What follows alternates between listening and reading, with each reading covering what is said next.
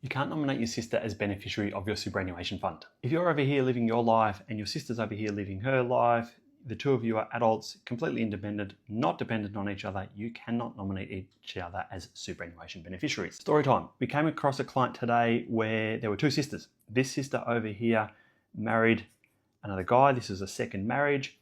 This sister over here ended up dying.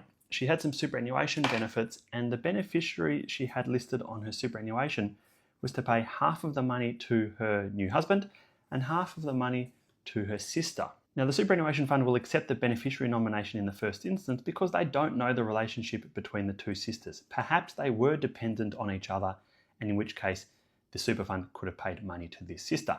In this particular case, they were not independent. They were not dependent, rather. This couple were off living their life. This sister was off living their life. The superannuation fund said, we cannot honour this nomination. We will not pay money to the sister.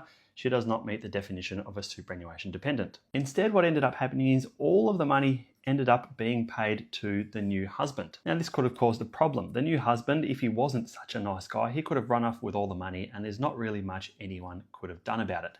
Now, as it turns out, this guy was a nice guy. He received all of the superannuation benefits, but he then honoured his wife's wishes and paid half to the sister. So the sister ended up receiving some money. However, the gifting of this money from the husband across to the sister causes another problem. Centrelink counts these assets that you gift from one person to another in excess of gifting limits. They count as assets for Centrelink purposes. So the husband giving money over here to here can cause Centrelink problems. Instead, what this sister should have done is she should have had a will, and she could have directed her superannuation to her estate or to her will. That will could have said, pay half to my husband, pay half to my sister.